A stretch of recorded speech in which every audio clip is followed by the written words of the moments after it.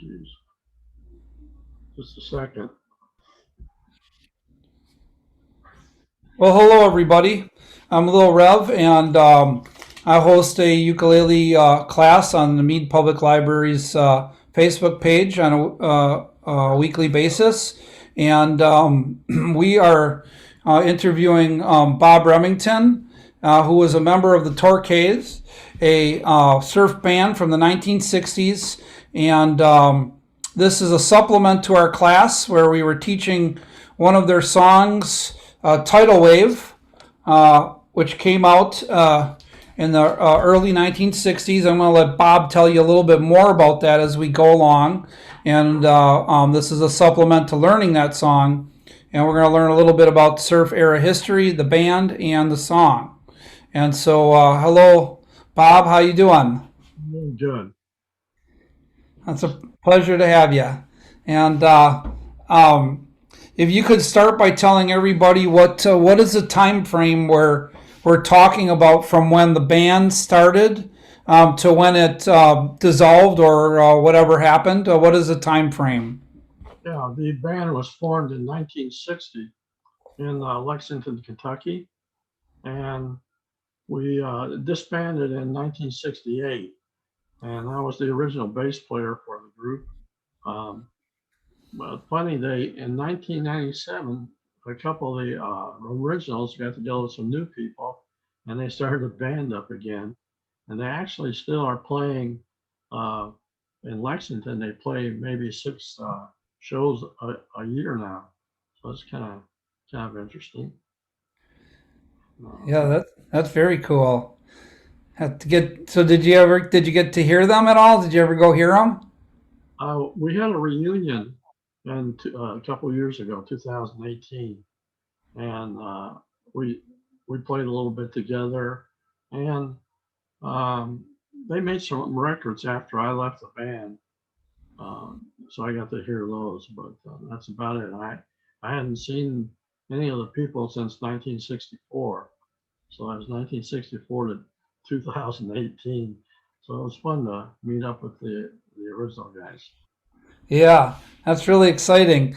And so what drew all you guys together in terms of creating this band? What was it? Just the energy and the excitement of the surf era, or how did you guys find each other?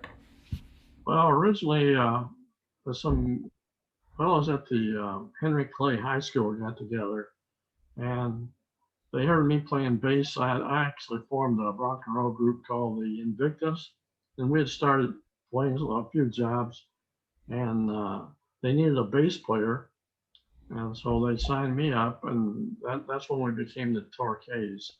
And Torquay, the name has to do with a sort of like a Spanish word for twist. And back then, you remember the twist was a big dance, maybe. Yeah, So that's the name of the group. In terms of the surf era, when we started, we only had instrumentals. That's and so we really got into the ventures, a lot of groups like that. Since we're only doing instrumentals, eventually we got some lead singer, and then finally got some backup singers, and that's when we started doing the more um, popular rock and roll stuff like Louie Louie, Johnny Be Good, Twist and Shout, all those kinds of songs. The kind of songs you would hear on if you like the movie American Graffiti or Animal House. It was yeah, it was all that kind of stuff that we played. But being 1,000 miles from any ocean or anything, the surf thing had to come to us through music. We listened to, like I say, we listened to a lot of venture stuff, and the Beach Boys did some vocals too regarding surf that really got our interest, and plus we were getting a lot of requests for that stuff. Um, so anyway, that's pretty much the beginning of the band. yeah. That sounds like a whole lot more fun than anyone deserves, right? Guys are having a good old time, and and so How far did you guys travel? Did you guys travel mostly around Kentucky area, or was it very local, or did you travel around the country? Well, we traveled all over Kentucky and southern Ohio and southern Indiana pretty much. But it wasn't during my time there, we didn't travel all over the country. Eventually, they did get up to New Jersey and a few places like that. But during my time, we were pretty much in that area I described. Yeah, and how in its heyday, how busy were you? How much were you guys working? Were you playing every weekend? I mean, it was just a part time thing for you guys, right? Or was it a full time endeavor for anybody? Well, I was in at the University of Kentucky. I was a freshman when we began, so I had school. Plus, I was teaching music lessons at the local music center. So I had plenty to do during the week, and every weekend we would play at fraternities, proms, different shows.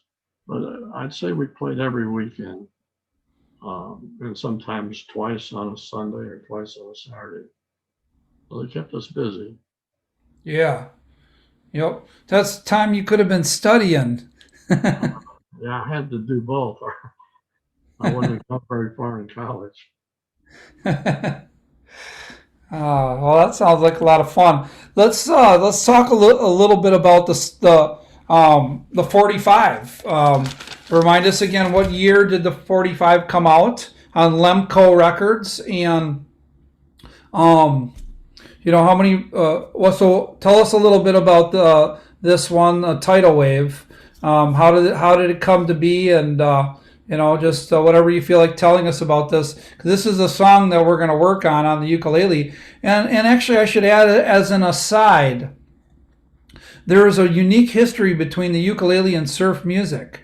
Culturally, they're very closely connected. Even though a lot of the great surf music didn't get recorded necessarily on ukulele, the ukulele was definitely part of that culture.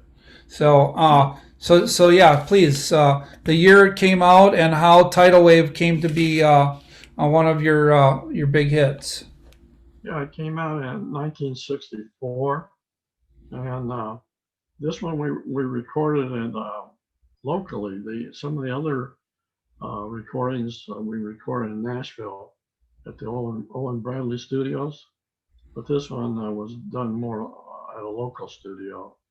Um, Basically, the sax player, myself, and the lead singer, which there's no singing in this other than woo woo, and so we decided that, well, we need to do an original surf song, and we got together, and mostly the three of us, and we came up with a basic idea, and then the organ player came up with his parts. The various, we would come up with a theme, and the various musicians would put in their own kind of solos. So that's pretty much about all I can say about the tidal wave. There, you will be able to go into the Google Drive and for this lesson, and there'll be a copy of the a tidal wave, an MP3, an MP4, and some photos that you might want to look at. But it's worth listening to before we try to play it. That sounds good. And by the way, we are going to sing the ooze in Oh, there as well. So I want to sing those because it's part of the arrangement that I pulled out of off the record when trying to arrange it for ukulele. And uh, and one of the things you mentioned in terms of various solos in the song, um, when you guys would perform it out, would people play the same solos, or would there be an improvisational aspect to it that would evolve a little bit? yeah, most of the time it would be we didn't have the music written down or anything, so in our heads, so there'd be a lot of improvising. Never play it the same way twice, probably. Other than the Yeah, woo stayed there. yeah, the woo woos and the main and that main riff that happens in the song. There's that main riff, and and then there's some interplay between the organ and the saxophone and the guitar. Yeah. So, yeah, well, that's very cool. And in closing this little interview, is there anything that you want to add about the surf era that was unique or exciting or memorable to you as you look back on being a part of that era? Well, it gave us a lot of good jobs that people actually were interested in hearing that sort of music. And we played a lot of, we were lucky to be in Lexington, even though it was 1,000 miles from any surf. And we were lucky that's sort of the thoroughbred horse capital of the world. We got some really good paying jobs at some extravagant horse farms. And sure, you wouldn't think people in Kentucky would be asking for surf music, but they did.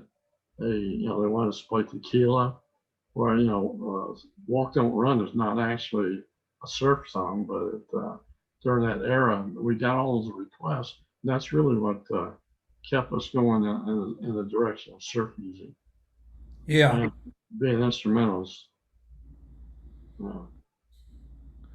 So some of the memories we played for some television shows.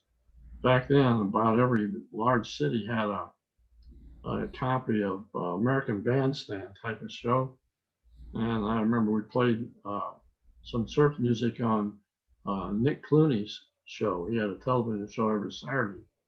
And Nick Clooney is George Clooney's father. So we got a little mileage out of that. That's about it. As a group, we didn't really make it into the Billboard Top 40 type of thing, but individually, I think we did all right. We ended up with a neurosurgeon, a lawyer, an architect, a highway commissioner, a member of the Kingston Trio, and an aerospace engineer. So we ended up okay. Yeah, you guys did great for a rock and roll band. Yeah. You guys, you might have the Guinness World Record for the most successful "Don't Quit Your Day Job" record of what people became. That's pretty amazing. Brian May, the guitar player in Queen, he's an astrophysicist. A lot of people don't know that. So, everybody always says, "Don't quit your day job." Real musicians have day jobs. That's a bumper sticker you see all over the place. But well, that's really wonderful, and we look forward to learning that song and working on it together. And so I'm going to just conclude by saying thank you for your time, and I'm going to stop the recording at this point, and you and I will continue to talk off the record.